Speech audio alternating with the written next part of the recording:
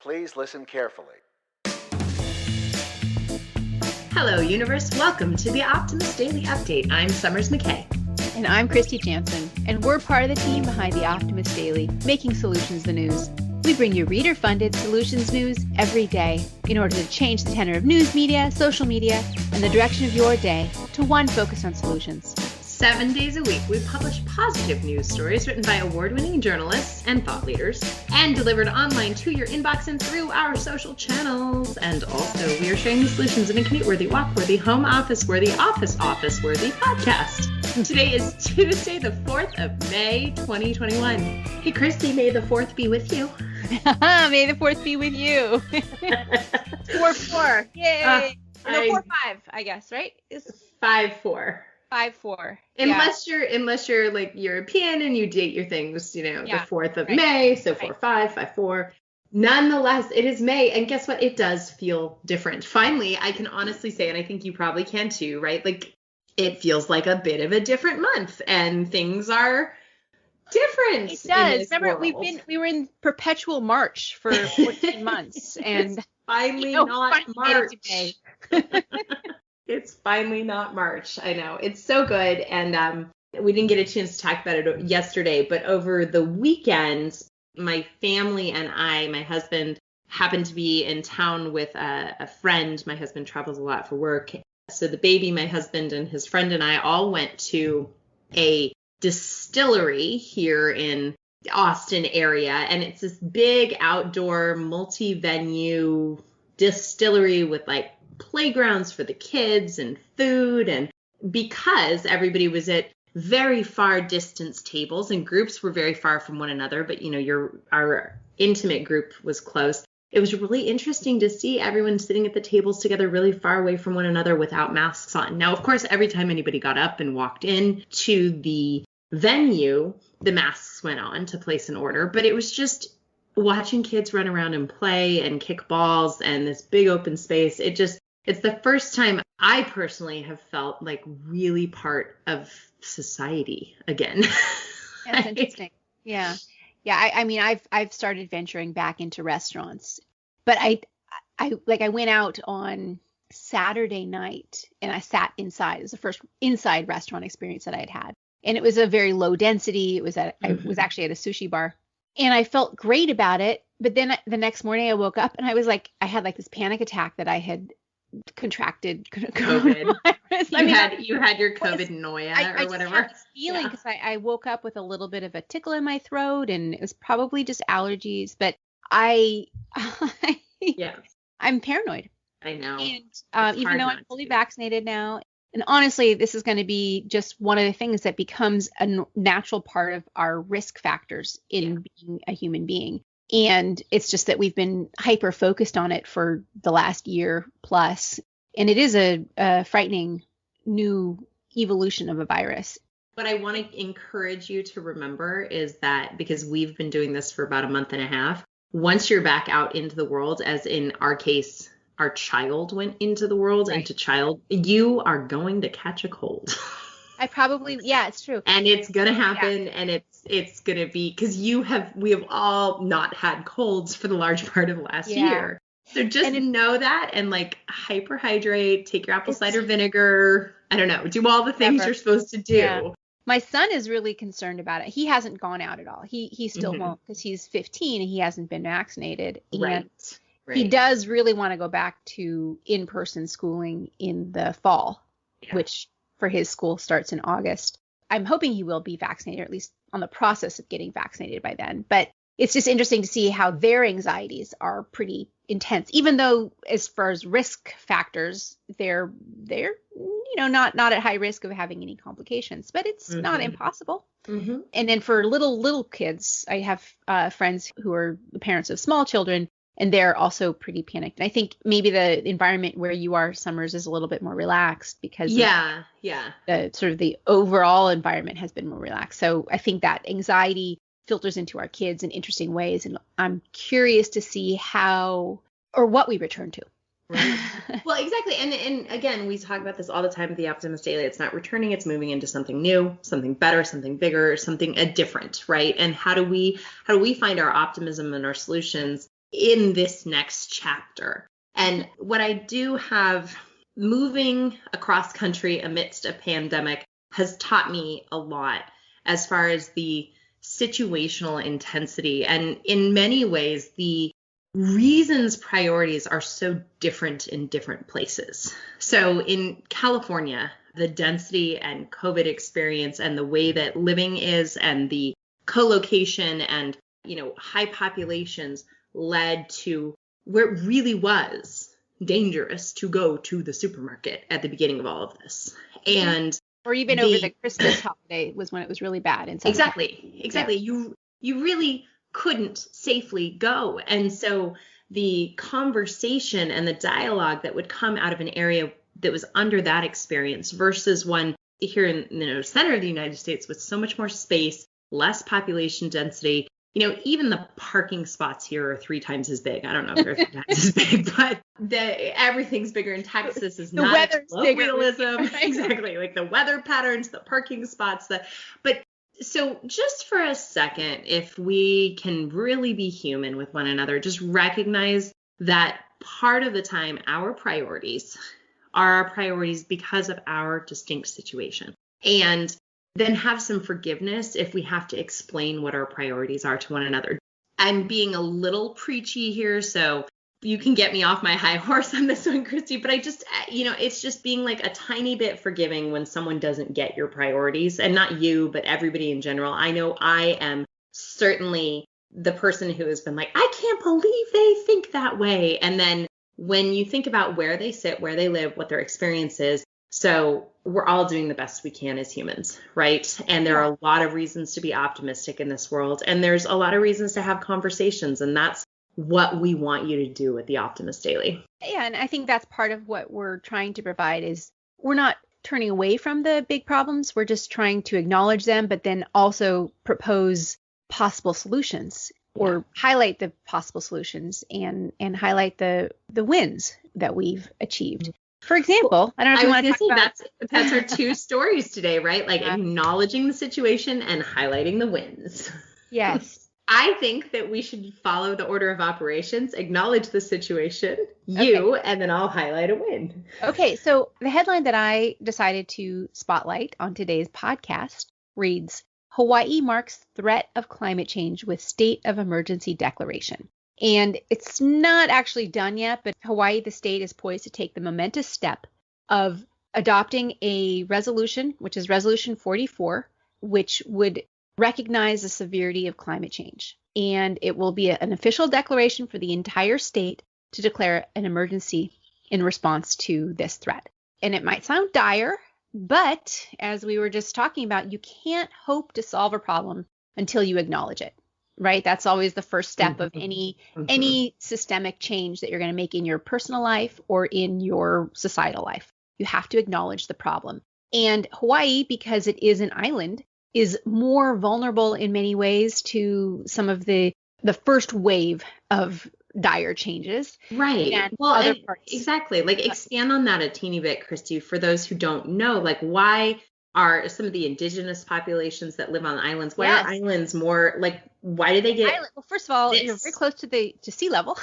You've got the entire coastline you're worried about. And when you have a small landmass with a lot of coastline, which is what an island is, you have much more exposure there. Hawaii is unique in that it has quite high elevations, but so many islands and island nations around the world are just a few meters above sea level. And if the sea level rise that is predicted happens, or as it happens and as it is happening, which is already happening, those land masses will be submerged at least part of the year, which makes it impossible to have any kind of agriculture or horticulture that can sustain human life. And so if you have a country which is underwater for a good portion of the year, that is a big problem. You see that in island nations in Micronesia and Indonesia. You see that also in different Polynesian nations as well. And a lot of these are not big countries. They're largely populated by people who've been there for generations who are, they're not wealthy. Right. And what do you do when you have refugees? Where do they go? What do you do when your nation gets underwater? So Hawaii is positioned as the state in our 50 states in the United States as the island nation, since Puerto Rico hasn't yet become a state. It is very unique in that. And I think this is a big step to acknowledge it. And because once it's acknowledged, it sets up the groundwork. This is why I like declaring a state of emergency when it's fire season or hurricane season. And then that opens up a different kind of response. And we've seen in this last year how quickly we can actually get things done once we have an acknowledged emergency because of the pandemic. Exactly. Things can change quickly. And if you put that energy and that resource and that focus in the right direction, you can have transformative, evolutionary concepts which get built into society. So what this declaration will do is it will call for the investment in clean energy, quality jobs, and a statewide commitment to combating the climate emergency and mobilizing in the efforts against that issue. And so this is the first of the states to make this kind of a declaration, but there are 144 different districts or cities within the United States that have already taken a similar measure. And I think the Climate Leaders Summit, Biden making those statements and putting the United States back into the conversation. Again, it's just at this point, words. We have to actually do those words and then take the action. So it's a hopeful change, but now the real work has to happen. So I wanted to highlight it because of that. Well, thank you for highlighting it.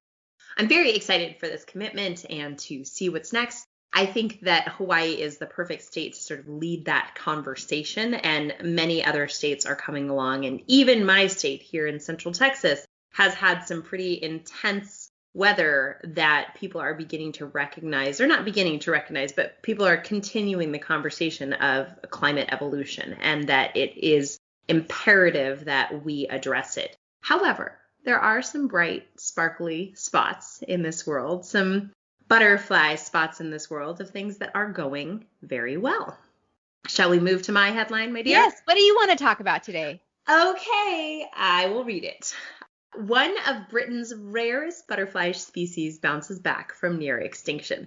Now, as many of you guys know, I am like a pollinator groupie. I love feeding birds, aka squirrels. And I have this vision for my backyard here becoming kind of a wildflower exhibit for all of these creatures who migrate through my area. And I am super inspired by the reason for this exciting solution. So 10 years ago, a butterfly called the Duke of Burgundy was listed on Britain's rarest, with the species hurtling toward extinction. However, the number has surged by 25% over the last decade. And in fact, last spring, one of the biggest colonies of Duke butterflies was discovered by Martin Warren, a renowned butterfly ecologist, super fan here. And the discovery was made by chance. The population on a green hill in the county of Dorset is no accident. It's because of a local farmer. The area is farmed by John Hiscock, an organic dairy farmer who supplies major supermarket chains in the area and requires farms to devote at least 10% of their land to wildlife. Kristy, it's agroforestry on a dairy farm. I'm not saying this would get me to drink cow's milk, but I love it. It's great. It reminds me of our spotlight on Nick Haddad and the rarest butterflies project. And it's just having a little bit of land like that 10% of the wildlife and creating those kinds of corridors, it pays tremendous benefits. Tremendous dividends, right? So it is supported by government subsidies for wildlife-friendly farming. Hiscock fenced the hill and lightly grazed it with cattle, creating the perfect condition for wildflowers favored by the Duke caterpillars and butterflies to grow. Now, he is quoted, "We have farmed organically for more than 20 years with no pesticide sprays or chemical fertilizers, allowing the wildlife habitat to improve and these rare butterflies to thrive, along with many other species." So I love this story. I find this to be really inspiring for what I want to do with our property. I am, however, faced with a bit of a dichotomy in that fire ants are like a real problem here. And currently laying behind me, I have a puppy dog who stood on a fire ant mound. Oh, whoops. Well, and has a very sore paw. She should learn quickly. Yeah, she might learn, exactly. Cleo might learn to be a Texas dog soon and keep her little paws off fire ant mounds. So it's interesting because like the first thing you do when you get here is everybody's like, call the bug guy, because you don't want scorpions or centipedes or all these things like in your yards. And it is really figuring out how to safely live in the environment with toddlers and pets without having to go through and spray and kill all the birds or, all the bugs that are actually really critical to the land. So I'd be interested in looking around for some organic farming tips here in my area on how to protect our people and our paws and also our bugs. But the butterfly feature for these great Duke butterflies is extraordinary. And I just, Duke of Burgundy, pretty butterfly, look it up. It's a good picture. And that story got me pretty happy today, Kristy. Yes. So what else is on other headlines today? Well, let's see. So family meals hold health benefits for both children and adults. Sit down at family meals. Paired with that, if you eliminate processed sugar. Exactly. So, however, apparently only family meals where you eliminate processed sugar. Now, eliminate processed sugar with 6 sweet substitutes. 5 mistakes we make when we're overwhelmed and how to avoid them. Like like eating donuts. Hey, knock it off. I had to deliver donuts to Teacher Appreciation Week. There's nothing wrong with me eating 1 or 2. And then there's a German high court that rules in favor of young climate activists. Yeah, I almost wanted to focus on this story also, but I don't have time. So go read it on optimistdaily.com. Also, there's an underwater kite, which is generating electricity using water currents. To honor both mom and Mother Nature this year for Mother's Day, we are providing a list of eco-friendly Mother's Day gifts. Dutch couple has moved into Europe's first fully 3D printed home. And that's an interesting story to fantasize about your next home, right, Summer? No, there will be no next home. This is it. We're done. Never moving again. And also from Europe, Europe is investing big in hydrogen-powered trains to make railways more green.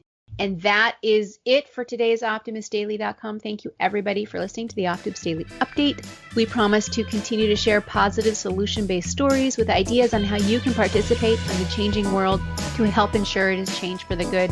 We promise to keep covering current events with accuracy, legitimate sources, and offering you the information needed most to chart new paths for all of us. Hey, everybody, please consider becoming an emissary on the OptimistDaily.com, and for just $5 a month, support reader-funded independent journalism. The viability of this medium depends on you and your commitment to supporting Optimist Daily with membership. Be part of the solution, changing consciousness and addressing our world's biggest challenges with a problem-solving mindset. Let's keep the Optimist Daily free to all who need it, supported by those who can. Thank you, everybody. We love what we do, and we love you. Have a great day.